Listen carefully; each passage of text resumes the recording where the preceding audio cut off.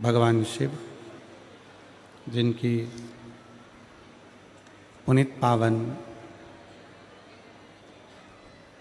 शिव महापुराण की कथा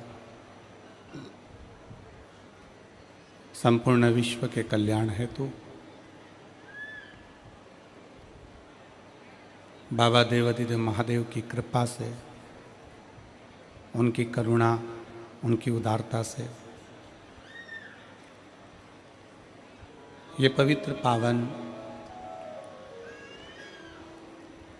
शिव महापुराण की कथा रायपुर छत्तीसगढ़ के इस पवित्र प्रांगण में आप और हम श्रवण करने के लिए बैठे हैं। सभी छत्तीसगढ़ियों को, छत्तीसगढ़ के वासियों को बहुत बहुत बधाई, जो 2024 का विराम भी छत्तीसगढ़ की धरा पर शिव महापुराण का हो रहा है और 2025 का प्रारंभ भी छत्तीसगढ़ की पवित्र धरा पर ही हो रहा है। कथा के मुख्य यजमान श्री कमल देवांगन जी रायपुर छत्तीसगढ़ से, श्रीमती केतन देवांगन जी बड़े भाग्यशाली हैं यजमान परिवार।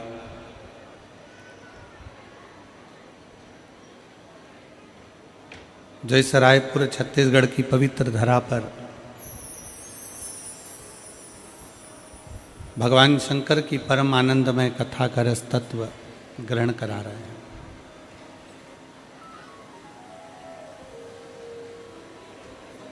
देवांगन परिवार को मैं बहुत बहुत साधुवाद देता हूँ, यजमान परिवार को, जिन्होंने इस कथा का आयोजन दिव्य और भव्य के रूप में इस पवित्र प्रांगण में आयोजित किया है।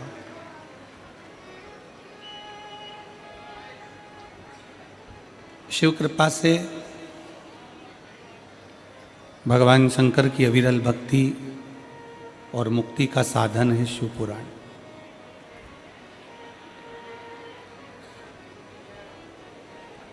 देवांगन जी,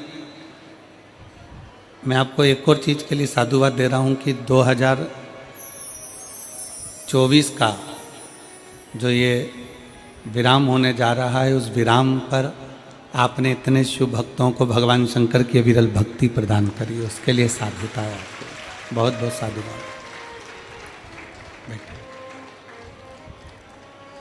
और तेरी कृपा बिना ना हिले एक भी अणु, लेते हैं श्वास तेरी कृपा से तनु तनु। बखान क्या करूं मैं राखों के ढेर का, चपटी बहुत में खजाना कुबेर का।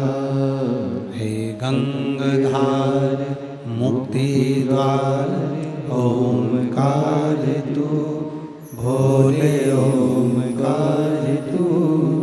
आयो शरण तिहारी शंभु तार तार तू। भगवान शिव की अविरल भक्ति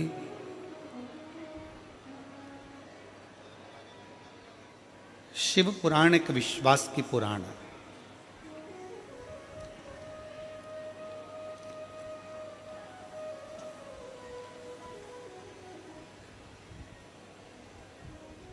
अब आप इसको कितने विश्वास के साथ श्रवण कर सकते हैं, ये आपके ऊपर निर्भर करता है।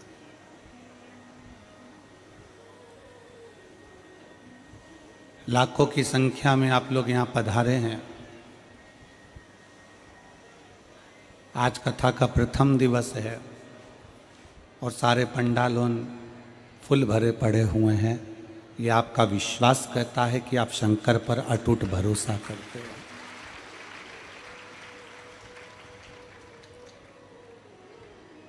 पूरी शिवपुराण एक विश्वास की है, एक भरोसे की है।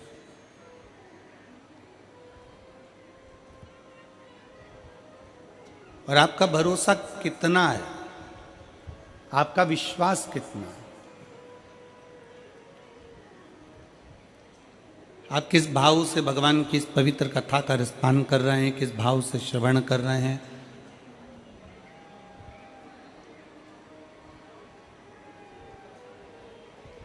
किस भाव से आप कथा का रस तत्व ग्रहण कर रहे हैं, या आपके ऊपर निर्भर करता।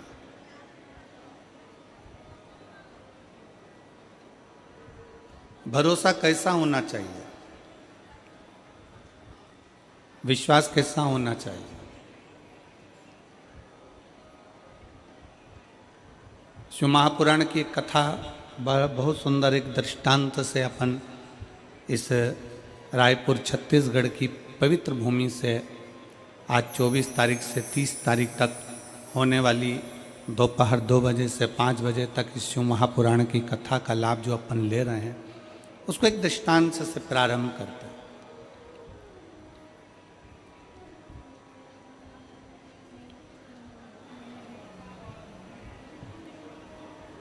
अभी अपन ने कथा के प्रारंभ में एक दीप प्रज्वलन किया।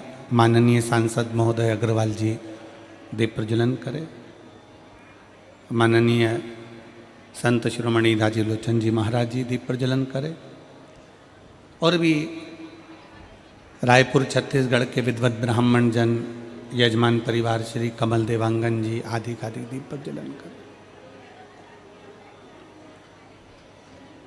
केवल एक दिए में दीप जलाने के लिए दीप प्रज्वलन नहीं होता। शिव महापुराण की कथा कहती है दीप प्रज्वलन का सबसे बड़ा कर्म है कि अपने भीतर के मंदिर में परमात्मा की भक्ति का दीप जलाना और उस भक्ति के दीप से संसार में प्रकाश फैला।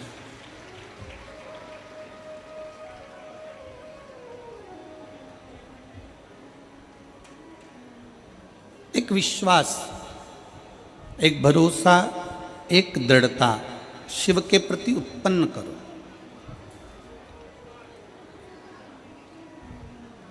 और जब आप एक भरोसे के साथ में भगवान शंकर की अविरल भक्ति को श्रवण करेंगे, एक विश्वास के साथ में भगवान शंकर की कथा का रसपान करेंगे, एक भरोसे के साथ भगवान शिव की कथा को अपने भीतर उतारेंगे, तो ये निश्चित है कहीं ना कहीं शिव तत्व हमारे भीतर समाहित होगा।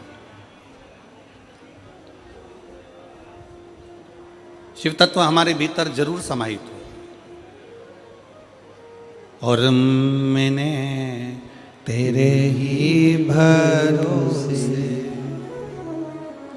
बाबा, तेरे ही भरोसे हवा बिच उड़ती जावांगी, बाबा डोर हंतो छड़ी ना में कटी जावांगी, बोले मैं तेरी पतंग, शंभो मैं तेरी पतंग, हवा बिच उड़ती जावांगी, बाबा डोर हंतो छड़ी ना में कटी जावांगी।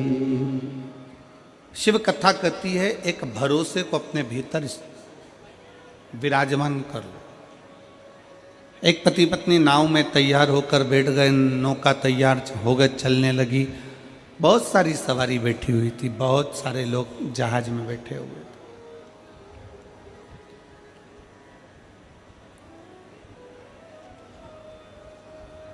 पति जहाज के ऊपर खड़ा हुआ था, लहरों का आनंद ले रहा था, पानी चल रहा था, समुद्र उछल रहा था, उसका एक आनंद ले रहा।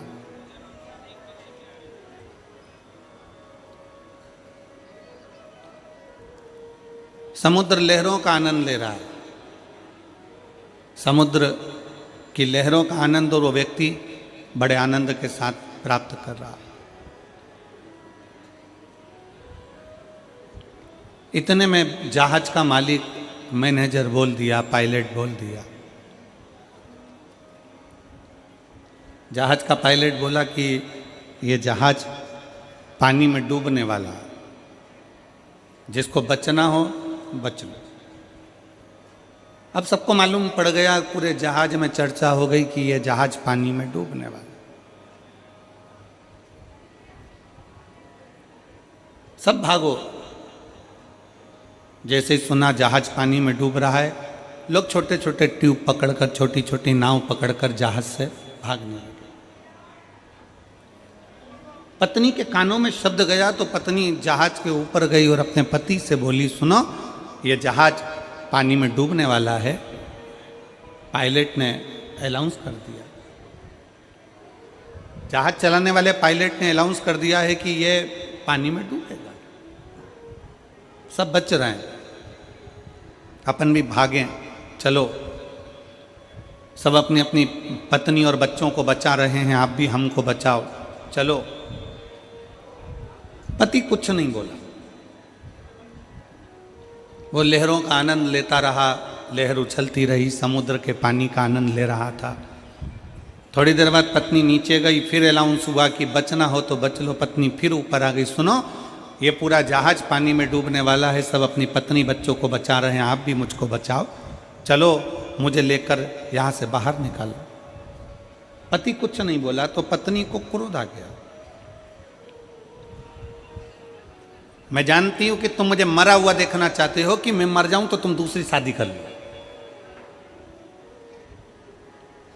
मैं जानती हूं कि तुम मुझे मरा हुआ देखना चाहते हो, तुम ये चाहते हो कि मैं मर जाऊं, तुम ये चाहते हो कि मेरे प्राण छूट जाएं और तुम दूसरी शादी कर लो। बार बार पत्नी झंझोड़ झंझोड़ कर, हाथ पकड़ कर पति को चिल्लाने लगी कि मैं जानती हूं कि तुम मुझे मरा हुआ देखना चाहते हो, मैं जानती हूं। इतने में पति को क्रोध आ गया और पति ने जेब में से बंदूक निकाली और बंदूक निकालकर पति ने पत्नी के सिर पर रख दी। और पत्नी के सिर पर बंदूक रखकर पति ने कहा, तू मरो मरो करती है कि मैं मर जाऊंगी, मैं मर जाऊंगी, मैं मर जाऊंगी, ले मैं तुझे अब भी मार डालता हूं, सारा झंझट ही खत्म कर देता हूं। जैसे ही पत्नी के सिर पे बंदूक रखी, पत्नी हंसने लगी, बहुत ठाका लगाकर, बहुत मुस्कुराने लगी, हंसने लगी। और जैसे ही पत्नी हंसी तो पति ने पूछा कि तुम्हारे सिर पर बंदूक रखी है, खटका दबने वाला है, तुम्हारे प्राण छूटने वाले हैं, और तुम इतना मुस्कुरा क्यों रही हो, इतना हंस क्यों रही हो? पत्नी बोली, मैं जानती हूं तुम मेरे पति हो, तुम मुझे मार नहीं सकते। पत्नी कहती है, मैं जानती हूं कि तुम मेरे पति हो, तुम मुझे मार नहीं सकते। पति ने सुना और पति ने तुरंत अपनी पत्नी से कहा कि जितना भरोसा तुझे अपने पति पर है कि वो तुझे मार नहीं सकता, उतना भरोसा मुझे मेरे कुबेरेश्वर महादेव पर है, वो मुझे डूबने नहीं दे सकता। उतना भरोसा मुझे मेरे महादेव पर, उतना भरोसा मेरे शंकर पर, उतना भरोसा मेरे देवाधिदेव महादेव पर है कि वो मुझे डूबने नहीं दे सकता।